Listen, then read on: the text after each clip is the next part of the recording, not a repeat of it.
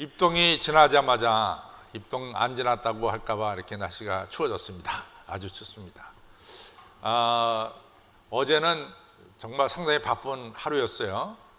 어제 11시에 결혼식이 있었고 어제 3시에 입관 예배가 있어서 삼성병원 가서 입관 예배를 드렸는데 5시에 해화동에 있는 서울대병원에서 또 입관 예배가 있었어요.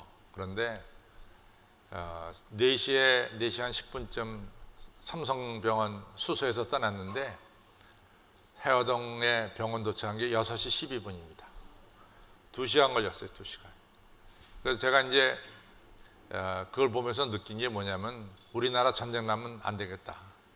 왜냐하면 자동차가 길에 가득 있는데 전쟁 나면 너나 나나 다 차 끌고 남쪽으로 내려가려고 할 거 아니에요. 우리나라 길에 자동차로 다 쓰여가지고 정체돼가지고 뭐 도망도 못 가고 다 이제 폭탄받게 생겼다 이런 생각이 들었어요. 그걸 보면서 우리나라 전쟁 나면 절대로 안 된다 다시 한번 느끼게 됐습니다. 여러분들 추위에 몸 조심하셔야 되는데 요즘 날씨가 갑자기 추워지니까 좀 생각보다 세상을 좀 빨리 떠나시는 분이 많이 생기는 것 같아요. 그래서 너무 안타깝습니다. 우리 옆에 분들에게 이 추위에 건강 지킵시다. 시작. 추위에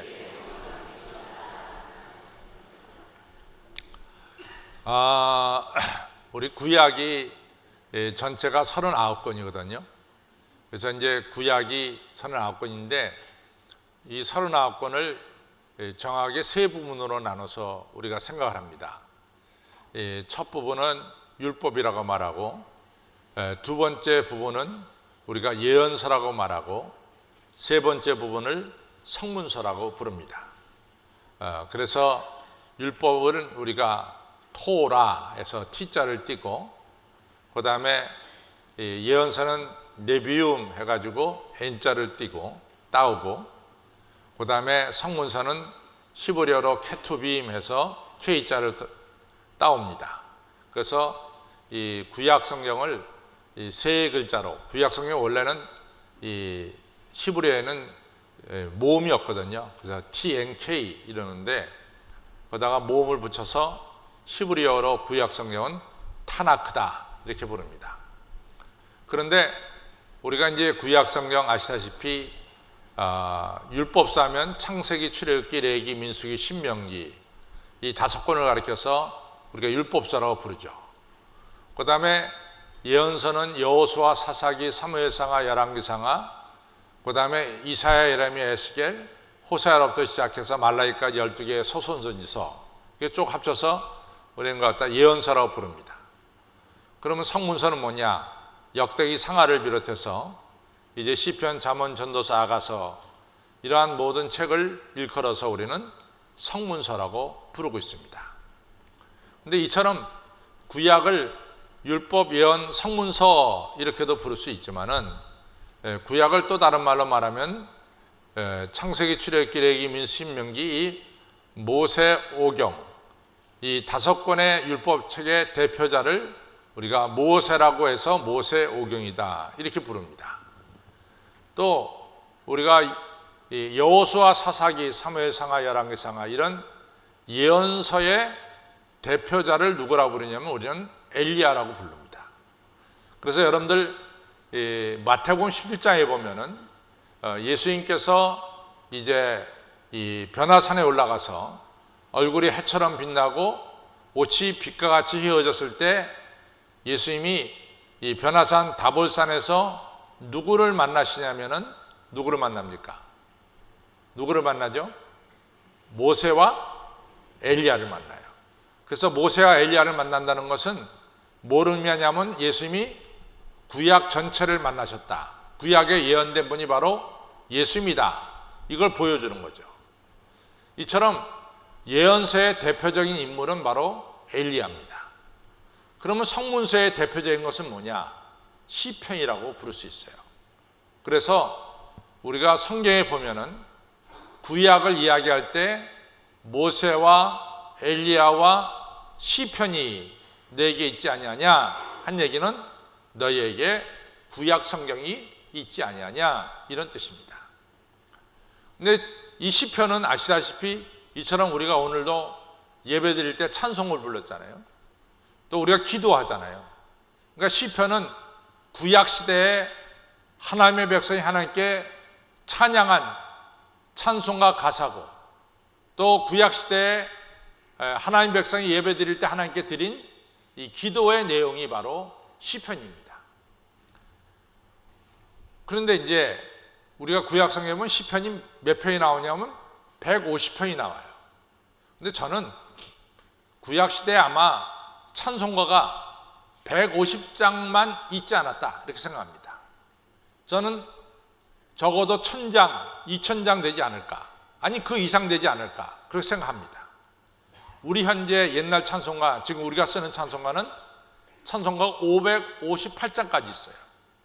아마 새로 만든 찬송가는 제가 잘 모르겠지만은 600장이 넘지 않을까 이런 생각이 듭니다. 이처럼 구약 시대에 하나님께 예배드리는 찬송가의 이 숫자가 저는 한 1000장이 넘지 않을까 이렇게 생각하고, 또 기도문도 한 1000개가 넘지 않을까 이렇게 생각합니다. 그래서 이제 이 구약의 선생님들이, 랍비들이 한 2-3천 편 되는 시편을 갖다가 이제 연구하고 또 고루 골라서 이 150편을 만들었다고 생각합니다. 그래서 150편을 이같이 시편에다가 150편을 추려서 이 책으로 만들었죠. 근데 제가 늘 말씀드리지만은 성경은 뭐가 중요하냐면 1장 1절이 중요합니다. 그래서 구약 성경 39권, 신약 성경 27권 하면 우리가 66권을 가르쳐서 우리가 성경 전서다, 전체다 이렇게 말합니다. 그 중에서 66권의 성경 중에 성경책 제일 첫 장을 딱 넘기면은 뭐가 나오냐면 창세기가 나오고, 창세기 1장 1절이 나옵니다. 창세기 1장 1절이 뭡니까? 태초에 하나님이 천지를 창조하시니라. 이게 너무너무 중요한 거예요. 왜 중요하냐면 여러분과 저가 믿는 하나님이 누구냐, 이걸 확실하게 정의해 놨습니다. 우리가 믿는 하나님은 천지를 창조하신 창조주 하나님, 여호와 하나님을 믿는다. 이 분명한 신앙을 창세기 1장 1절에서 확실하게 밝힌 겁니다. 그래서 성경은 1장 1절이 중요합니다. 따라서 시편도 150편이 다 한결같이 중요하지만은 그 중에서도 시편 1편에 들어가는 그 1편이 중요한 거예요. 그래서 아마 그 당시에 성서학자들이, 랍비 선생님들이 이 150편을 추려놓고 도대체 어느 시편을 갖다가 제1편에 갖다 놓을 건가 많이 연구를 했을 거예요. 시편 1편에 갖다 놓는다는 것은 시편 전체의 내용을, 어떤 내용이 전개될 것이다, 이것을 보여주는 거죠. 저는 제 생각 같아서는 여호와는 나의 목자시니 내게 부족함이 없으리로다. 그가 나를 푸른 초장 실 많은 물가로 인도하시는 시편 23편을 전 1편에 갖다 놔도 좋지 않을까 이런 생각이 듭니다. 그러나 그 당시에 성서학자들은, 이 구약의 랍비들은 시편 1편을 뭘 갖다 놨냐? 복 있는 사람은 악인의 꾀를 쫓지 않고 죄인의 길에 서지 않고 오만한 자의 자리에 앉지 아니하고 오직 여호와의 율법을 주야로 묵상하는 자로다. 이걸 갖다 놨어요. 근데 사실은 우리가 복 있는 사람이라고 말하지만 히브리 본문에 말하면 행복한 사람은 악인의 길을 쫓지 않고 죄인의 길에 서지 않고 오만한 자의 자리에 앉지 않는다. 이같이 제일 먼저 나오는 말이 뭐냐면 행복이라는 말입니다. 그러니까 시편 150편은 한마디로 말해서 하나님이 여러분과 저를 향해서 원하시는 게 뭐냐? 행복한 삶을 원한다. 이것을 분명히 말씀해 주고 있습니다. 여러분 아시다시피 우리가 마태복음 5장, 6장, 7장은 상당히 중요한 장이에요. 5장, 6장, 7장을 뭐라고 말하냐면 우리는 산상수훈이라고 말합니다. 이 산상수훈은 우리 예수님께서 이같이 예수님을 따르는 제자들을 산으로 데려가셔서 특별하게 말씀을 전해주신 것이 바로 산상수훈입니다. 그래서 산에서 말씀을 주셨다 해서 산상수훈이라고 불러요. 그럼 여러분과 제가 산상수훈을 생각할 적에 머릿속에 제일 먼저 떠오르는 게 뭡니까? 그것은 팔복이에요. 8가지 복. 그래서 마태복음 5장 3절에 보면 심령이 가난한 자는 복이 있나니 천국이 제 것이며 이렇게 나옵니다. 그러니까 역시 예수님께서도 제자들에게 주신 귀한 말씀의 초점은 어디에 있었느냐? 여러분과 저가 나그네 인생을 살면서 행복하게 살기를 원하신다.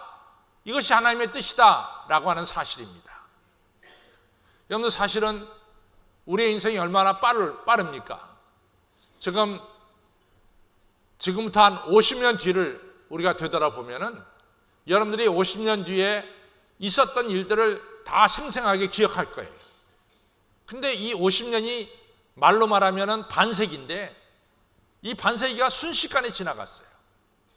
그래서 여러분과 제 나이가 들게 됐고 이같이 인생이 너무 빠르게 지나간 것을 알게 됩니다. 하나님도 다 아셨어요. 여러분과 제가 나그네 인생을 살아간다는 것이 정말로 화살촉같이 급하게 지나가는 것을 하나님 다 알고 계셨습니다. 그래서 하나님이 여러분과 저를 이 땅에 보내시면서 이 나그네 인생을 살게 하면서 너희 인간들아 나그네 인생을 살아갈 때 행복하게 살아라. 이것이 하나님의 뜻이다 그 말이에요. 그래서 제가 어제 결혼식에도 말씀드렸지만은 아시다시피 아담이 에덴 동산에 살았어요. 에덴 동산 영어로 말하면 뭡니까? 파라다이스예요. 낙원입니다. 근데 아담이 에덴 동산 살면서 하나님 보시기에 그렇게 아담이 행복해 보이질 않아요.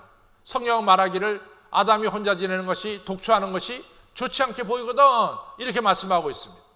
그러니까 하나님이 가만히 있을 수가 없었죠. 그래서 이불을 만들어서 아담과 이불을 짝지었어요. 그때 아담이 너무 행복해합니다.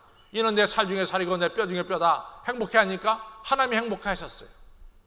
이처럼 하나님은 어떠한 방법을 통해서든지 우리에게 은혜를 내려주셔서 여러분과 저가 이 땅에서 행복하게 살기를 원하시는 분이 바로 우리 하나님이시다. 믿으시면 아멘. 여러분과 저가 행복하게 살아야 돼요.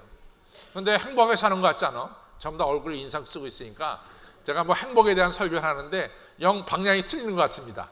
우리 옆에 분들에게 행복하게 삽시다 인사하겠습니다.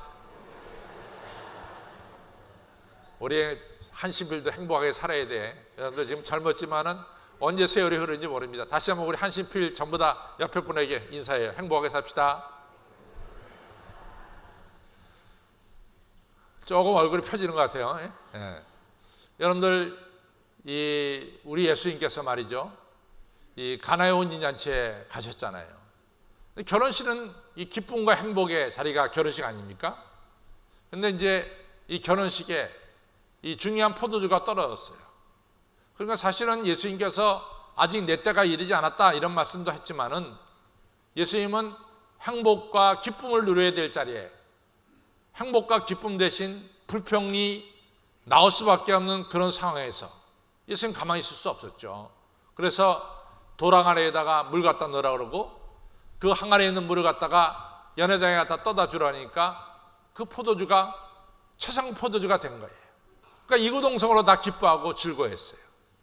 이처럼 예수님은 여러분과 저에게 오늘도 함께 하시고 역사하셔서 여러분과 저가 기쁨 속에서 행복 속에서 평강 속에서 여러분과 저가 이 나그네 인생 살기를 원하신다는 것을 꼭 기억하시기를 바랍니다. 그래서 빌립보서 오늘 4장 4절에 뭐라고 했어요?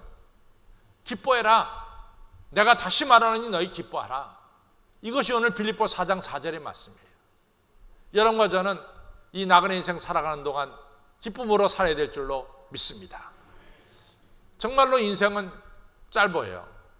우리가 이제 어제도 제가 입관 예배 때 얘기했지만은 우리에게 최대열 집사님, 안수 집사님 계시는데 그 어머님이 이제 추운 날 바깥에 나왔다가 갑작스럽게 이 동맥이 막히면서 쓰러지셔가지고 그리고 얼마 있다가 세상을 떠나셨어요. 저는 그 어머니를 너무나 잘 압니다. 그 어머니가 목사님 사모님이었는데 이 박도춘 사모님이었는데 가끔 이제 아들네 집에 와서 지낼 때는 저희 교회 와서 예배를 드려요. 근데 제가 이렇게 설교하면은 그 박도춘 그 사모님의 얼굴은 해바라기였어요. 해바라기. 제가 이 예배 한 30분 내지 40분 설교하는데 30, 40분 동안 제 얼굴을 떼는 적이 없어요. 집중해서 얼굴을 봅니다. 그래서 그 얼굴이 약간 둥글스러운 얼굴인데 그 해바라기처럼 활짝 웃는 얼굴로 말씀을 들어요. 그건 제가 인상에 늘 남습니다. 그리고 나갈 때 보면은 손자 셋 데리고 나오면서 기뻐가지고 나오시는 그 모습, 정말로 어제 입관 예배 때 기억이 납니다. 근데 그분이 세상을 떠났어요. 뭐 42년생이니까 연세가 많지 않습니다. 74세에 떠나신 거죠. 인생은 짧은 거예요. 우리 기쁘게 살아야 됩니다. 기쁘게 살아야 됩니다. 여러분들 정말로 기쁘게 사시기를 주님의 이름으로 부탁을 드립니다. 내가 말하노니 기뻐하라. 내가 또다시 말하노니 기뻐하라. 이것이 오늘 성경 말씀이에요.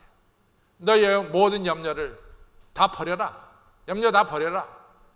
너희 구할 것을 기도와 간구로 감사함으로 하나님께 아뢰라.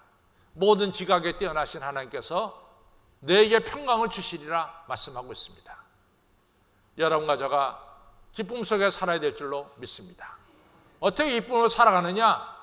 제일 첫 번째는 뭐냐면은 너희 모든 염려를 다 내어버리라는 거예요. 여기서 염려라고 하는 것은 뭘 의미하느냐? 밤에 잠을 잘 수 없을 정도로 나를 걱정스럽게 만들고 괴롭게 만드는 일을 말합니다. 시편 77편에 보면은 시인이 환난과 고통이 얼마나 심한지 하나님, 제가 밤새 잠을 못 잤습니다. 내가 두 손 들고 밤새 하나님께 부르짖어 기도했습니다. 너무 괴롭고 너무 고통스러워서 밤잠을 잘 수가 없습니다. 여러분들 세상에 밤잠을 한번 2, 3일 설쳐보세요. 괴롭기 짝이 없습니다. 정말 잠 한숨 잘 수 있다면 좋다고 내가 100만 원 줘도 좋으니 200만 원 줘도 좋으니 내가 밤에 잠시 눈을 붙였으면 좋겠습니다. 그렇게 고백할 정도로 우리가 근심과 걱정 때문에 잠 못 잔다는 것처럼 괴로운 일은 없는 거죠. 이처럼 염려와 근심은 여러분과 저에게 불안과 두려움과 그리고 우리의 잠을 뺏어가는 거예요. 심령의 즐거움은 양약이라도 심령의 근심은 우리 뼈를 마르게 한다. 잠언서 17장 22절에 말씀하고 있습니다. 이런 염려를 여러분과 저는 버려야 됩니다. 근데 제가 여러분들에게 뭐 염려를 버리라 그래서 버려지는 것도 아니에요. 사실은 염려는 우리가 염려야 떠나가라 그래서 염려가 떠나가는 것도 아닙니다. 그리고 염려는 그럼에도 불구하고 염려는 여러분과 저의 뼈를 마르게 하고 심지어는 여러분과 저를 죽음에까지 이르게 하는 것이 염려와 근심과 걱정입니다. 여러분들 그 알렉산드리아라고 하는 이 도시가 있죠. 카이로에서 1시간 정도 차 타고 북쪽으로 올라가면은 에집트 이 지중해 연변에 이 알렉산드리아라는 도시가 있습니다. 근데 알렉산드리아가 지금은 뭐 별로 유명하지 않지만은 구약 시대에는 알렉산드리아가 너무너무 유명한 도시예요. 그래서 알렉산드리아에 이 등대가 하나 있었는데 그 등대는 7대 불가사의 중에 하나인 등대가 바로 알렉산드리아에 있었던 등대입니다. 그래서 그 옛날에는 알렉산드리아가 큰 도시였기 때문에 사람들이 알렉산드리아에 몰려 살았어요. 마차가 알렉산드리아 향해서 달리는데 길에 있는 어느 노인 할머니가 그냥 손을 들더니 마차를 세웠어요. 그래서 마차 마부한테 말합니다. 이 마차 어디로 갑니까? 알렉산드리아로 가는 길이요. 그러니 마부, 그럼 저를 좀 태워다 알렉산드리아까지 좀 가게 좀 태워주세요. 이렇게 부탁을 합니다. 마부가 할머니한테 말하죠. 왜 알렉산드리아 가려고 그럽니까? 내가 알렉산드리아에 내 아들 한 명과 딸 둘이 사는데 내가 아들, 딸을 보고 싶어서 가려고 그럽니다. 왜 꼭 가려고 그럽니까? 사실은 저는 이 열병을 앓고 있는 환자입니다. 내가 오늘 죽을는지 내일 죽을는지 모레 죽을는지 모릅니다. 내가 죽기 전에 내 아들, 내 딸들을 보고 싶어서 알렉산드리아에 가야 되겠습니다. 근데 마부는 다른 말은 안 들어오고 이 할머니가 자기가 열병이 걸렸다는 말만 머리에 들어왔어요. 아니, 열병이 걸렸으면 이 마체 못합니다. 당신 열병을 걸렸으면 알렉산드리아 가면 대도시인데 많은 사람들이 전염돼서 죽을 거 아닙니까? 열병 걸려서. 안 됩니다 말이야. 그랬더니 이 할머니가 말하는 거예요. 나를 좀 데려다 주세요. 내가 죽기 전에 내 아들, 딸 보고 싶습니다. 내가 아들네 집에 들어가면은 내가 죽을 때까지 나오지 않겠습니다. 나는 다른 데 절대로 다니지 않겠습니다. 그냥 내가 마지막으로 내 아들, 딸 보고 그리고 내가 죽으려고 그러니 마부여 제발 나를 알렉산드리아까지 데려다 달라고 아주 강곡하게 얘기하니까 우리가 죽은 자의 소원도 들어주는데 산자의 소원을 왜 못 들어주라 라는 말이 있듯이 마부가 그 할머니를 태우고 그 아들네 집에 데려다 줬어요. 4, 5일 지났는데 알렉산드리아에 이상한 소문이 드는 거예요. 사람들이 열병에 걸려서 수십 명씩 죽어간다는 소문이 들리기 시작한 거예요. 마부가 딱 생각하기에 이 열병은 그 할머니 때문에 일어났다 생각하고 할머니 내려다니는 집에 갔어요. 할머니한테 따집니다. 아니 당신 말이지, 당신 때문에 알렉산드리아 많은 사람이 죽을 거라고 얘기했고 당신은 절대로 열병 옮기지 않기 위해서 집에만 있겠다 그랬는데 왜 어딜 돌아다녀 가지고 여기저기서 열병에 걸려 사람 죽게 합니까? 할머니가 말합니다. 저는 이 집을 떠난 적이 없습니다. 저는 당신이 여기다 내려던 그 순간부터 지금까지 한 발자국도 나는 집 밖에 나간 적이 없습니다. 만약에 내 열병에 옮겼다면 내 아들, 내 딸들이 옮겨졌을 것입니다. 저들 말짱합니다. 그럼 왜 바깥의 사람들이 열병에 걸려 죽습니까? 할머니 말합니다. 열병 환자가 왔다고 미리 겁을 먹고 미리 염려하고 미리 근심하다가 저 사람들이 열병에 걸려서 죽는 거지 내가 옮긴 건 아닙니다 말이죠. 여러분도 그렇습니다. 2차 대전 때 미국 군인이 2차 대전 전쟁터에서 죽은 숫자가 이 젊은이들이 30만 명이래요. 근데 미국 본토에서 아들 전쟁터에 보내고 남편 전쟁터에 보내고 걱정 근심하다가 죽은 숫자가 몇 명이냐? 100만 명이에요. 100만 명. 전쟁터에서 실제 죽은 사람은 30만 명이고 2차 대전 유럽에서 군인 전체가 죽은 숫자가 2,500만 명이에요. 평민이 죽은 숫자가 몇만 명이냐? 3천만 명이 죽었습니다. 여러분들 염려와 근심은 우리에게 뼈를 마르게 하고 우리를 죽음에까지 몰고 하는 것이 바로 염려와 근심입니다. 그래서 예수님이 뭐라느냐? 너 염려를 버려라. 그럼 어떻게 염려를 버립니까? 너희 구할 것을 기도와 간구로 하나님께 아뢰라. 감사함으로 아뢰라. 이 말씀 하셨어요. 그러면 염려가 없어지는 방법이 뭐냐? 기도와 간구예요. 근데 중요한 것은 목사님, 제가 밤새 기도했는데도 제 염려와 근심은 사라지지 않았습니다. 이렇게 말할 분이 얼마든지 있어요. 그래서 오늘 중요한 것은 기도가 뭐냐? 이걸 좀 중요하게 좀 생각하려고 합니다. 기도는요, 여러분들이 일방적으로 막 하나님께 쏟아놓는 거, 그게 기도가 아니에요. 그냥 기도는 하나님이 듣든지 말든지 그냥 내 이야기 막 하다가 아멘, 그 끝나는 게 기도가 아닙니다. 예배도 마찬가지. 우리가 이 자리에 와가지고 뭐 그냥 찬송 부르고 뭐 이것이 다 예배가 아니에요. 예배와 기도에는 분명히 대상이 있어야 돼. 목적이 있어야 돼. 예배를 누구에게 드리는 겁니까? 하나님께. 기도는 누구에게 드리는 거예요? 하나님께 드리는 거예요. 기도하기 전에 여러분들 앞에 하나님이 계셔야 돼. 먼저 여러분들이 하나님을 생각해야 된다도, 내 기도를 듣고 계시는 하나님을 생각해야 된다도, 하나님 먼저 생각하고 나서 그 다음에 우리의 간구를 아뢰는 거예요. 우리는 항상 기도하라 그러면은 하나님이 듣든지 말든지 하나님 생각 없어. 그냥 내 얘기만 쏟아놓고 아멘하고 끝나버리고 마는 거야. 그럼 목사님 내가 밤새 기도했는데요. 너 누구한테 기도했냐 그 말이지. 여러분과 저가 기도할 때 정말로 하나님을 바라보면서 기도했느냐 이 얘기죠. 우리가 하나님을 바라볼 때 우리의 기도는 하나님께 상달되고 그 기도는 응답되어지는 거죠. 우리가 하나님을 바라보느냐 이게 중요해요. 오늘 이 예배 시간도 여러분 중요한 게 뭡니까? 우리가 하나님께 드린 예배야.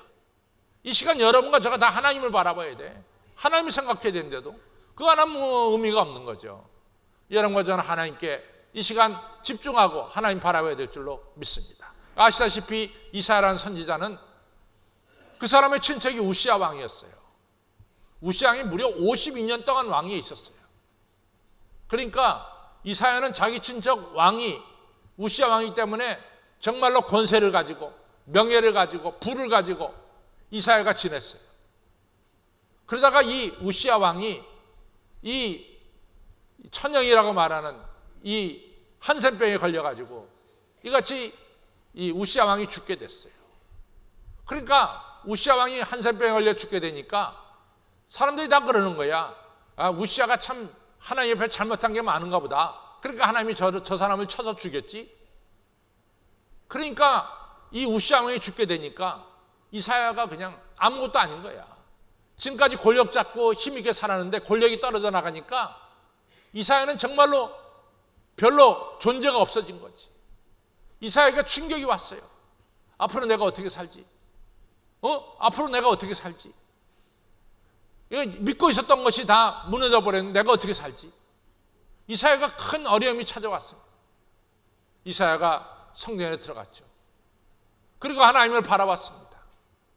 그때서 하나님이 보이기 시작한 거예요.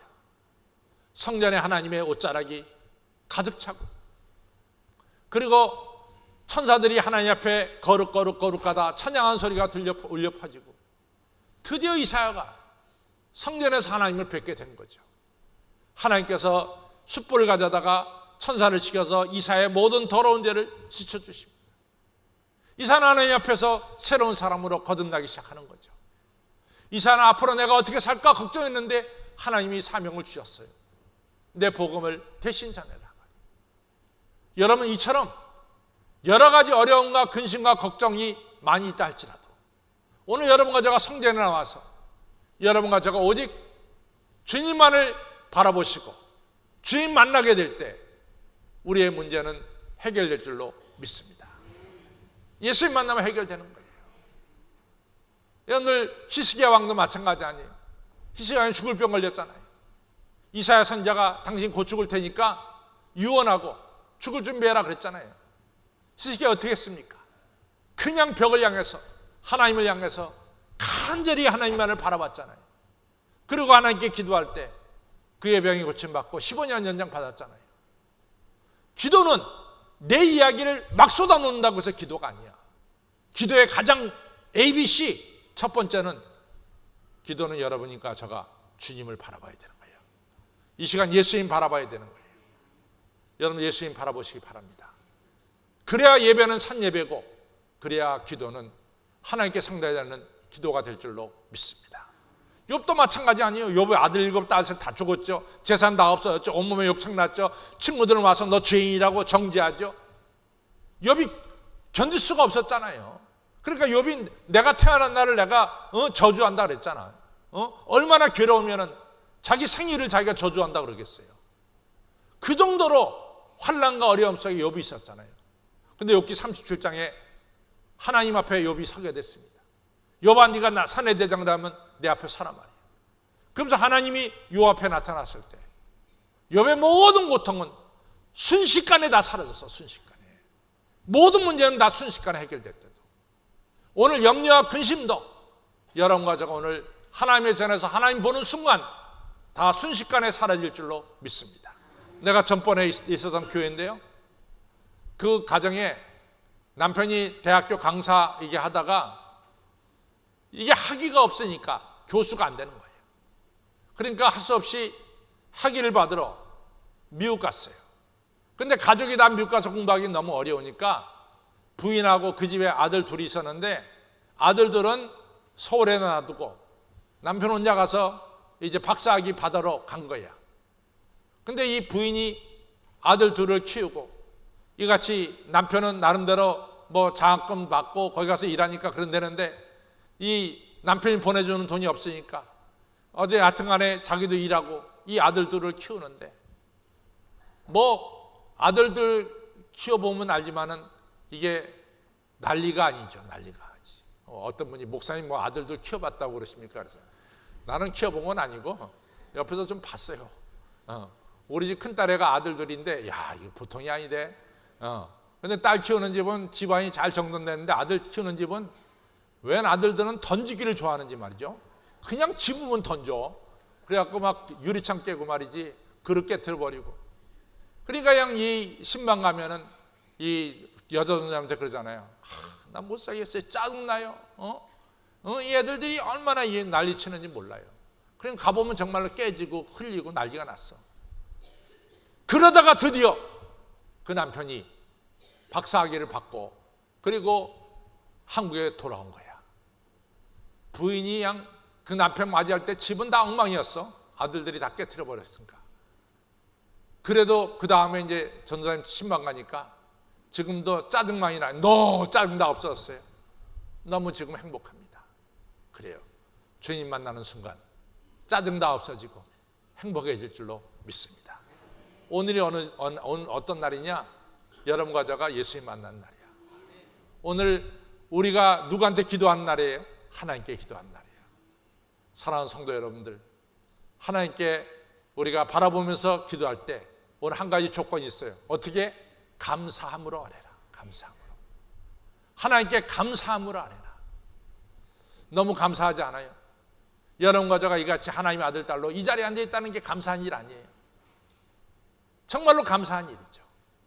여러분들 생각해 보십시오. 여러분과 제게 얼마나 많은 하나님의 은혜가 임했어요. 시편 70편의 이 기자는 말하기를, 시편 시인은 말하기를, 밤새 기도해도 하나님의 얼굴이 잘 떠오르지 않았어. 그래서 이 사람이 생각을 바꿨어. 과거에 자기에게 임했던 하나님의 은혜를 좀 생각해 본 거야. 그랬더니 과거에 자기에게 임했던 은혜가 너무나 많은 거지. 그것이 다 새록새록 생각나는 거야. 그러니까 하나님께서 자기에게 베푸신 은혜를 생각해 보니까 너무 감사해. 그때 하나님이 자기 눈앞에 나타나더라, 그 말이에요. 여러분들, 하나님의 생각에도 하나님이 잘 안 나타나. 그러나 우리의 삶 속에서 하나님께서 여러분과 저에게 베푸신 은혜와 축복을 한번 기억해 보라, 그 말이에요.